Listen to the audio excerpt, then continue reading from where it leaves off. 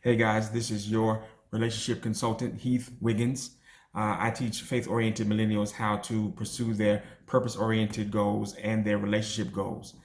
So I was sitting at my desk and I was actually preparing for the next Millennial Dating Chronicle video, and I got a message on my phone that said, "Hey, we're waiting for you to respond to this." So I opened it up, and it was some foolishness about J.R. Smith, who I know is a basketball player. His wife was like straight in a car, lamenting, gnashing of teeth, weeping and wailing uh, in prayer for her husband. I was like, what is this about? And so, come to find out, he had apparently cheated on her with some other female, and she was praying for him and her. And I was like, whoa, that's some. My first gut reaction was like, that's some deep spiritual maturity right there. But you put it on social media, so I don't know how spiritually mature that is. Um, but I was like, I'm not mad at her for doing that because as a relationship consultant that's been doing this for almost 20 years, I've been in the room when there has been unfaithfulness disclosed and a wife or husband has come to me about their mate cheating on them. And so I kind of know that the torment and trauma that you go through. And I also know that logic does not apply. The 30,000 feet perspective that you get while you're sitting looking at someone else's trauma, going through trauma, that does not apply to you while you're in it. And so I was like, I understand why she's doing it. And plus, I think as a Christian, I think we need to support her as she is modeling exactly what Jesus Christ said in red letters in Matthew chapter 5 that we should be doing.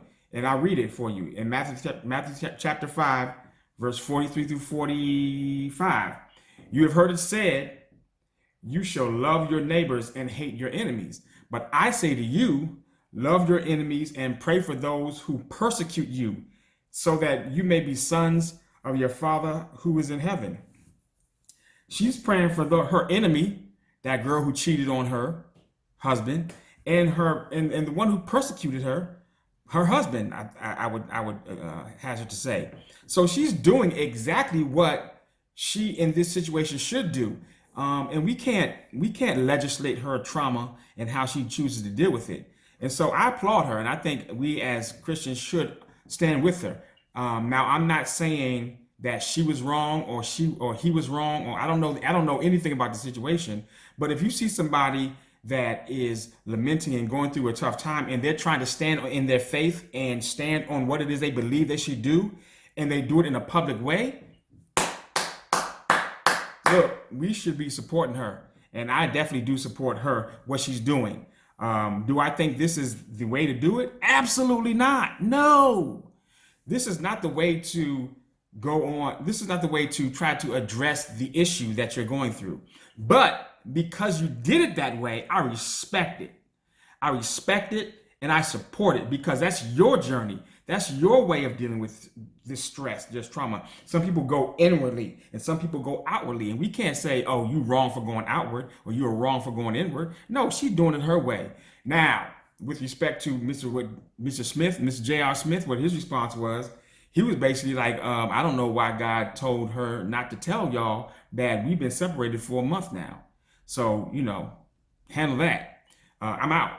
So, okay, that was your clapback. I get it. I mean, you're not gonna let your wife just make you look like, you the cheater and you just out here in these streets living all reckless and you not respond. And so that was your response.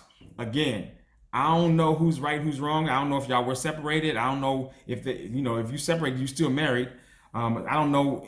I don't know any of the facts. But what I'll say is this: when you want to try to make your relationship work, some kind of humility, you need to have that when you're actually trying to make that thing work, because that's where you can. When you're not trying to defend yourself, that's when you can actually work toward a resolution toward things. But when you're in defense mode and you're trying to protect your reputation, then all bets are off. You throwing slander, you saying whatever you want.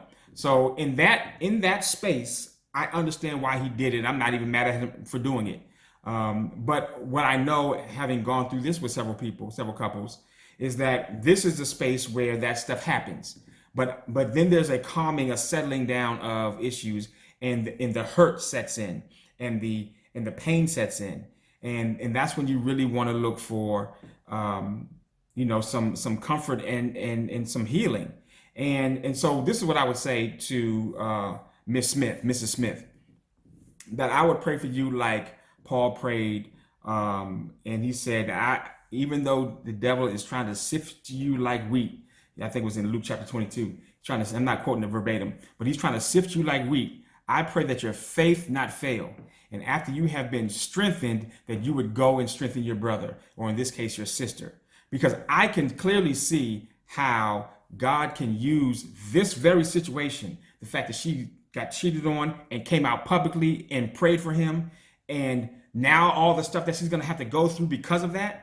I can clearly see how God can use your trauma for your testimony. We hear that a lot in church, and we all praise and praise the Lord and hoop and shout off of that. But this is it in real time, ladies and gentlemen. This is it in real time. Her trauma right now ain't no testimony. It's her test and her trauma. And so I could see how God can use this later on for you to go and strengthen other women who are struggling through the same thing or have gone through the same thing. And I can see this as an example for how someone can, I'm not going to do it out on social media, but how a woman can pray for her husband and pray for the person that cheated on her, cheated on you with her husband. How she can do that, how somebody could go out and do that. That's a bold step. That takes some spiritual maturity. That takes a big, broad size cup. I mean, you have to have some big girl panties and all that on in order to be able to do that. So I applaud her for doing that. Now the work is going to come as she tries to walk through this thing. Hope she has a good, strong circle. Hope she has some good friends that she can hold her accountable to what she prayed for. Because that's who your friends really are. If they're going to hold you accountable to what you pray for, not the ones that are going to come and speak against your faith. You got to speak again. You got to speak with her faith and go with her in her faith journey. Not try to sway her to like, oh, if it was me, this is what I would do. So I just took this time to share with you all what my thoughts were because somebody asked me to. All right, y'all, I'm getting back to work. Talk to you later. Bye.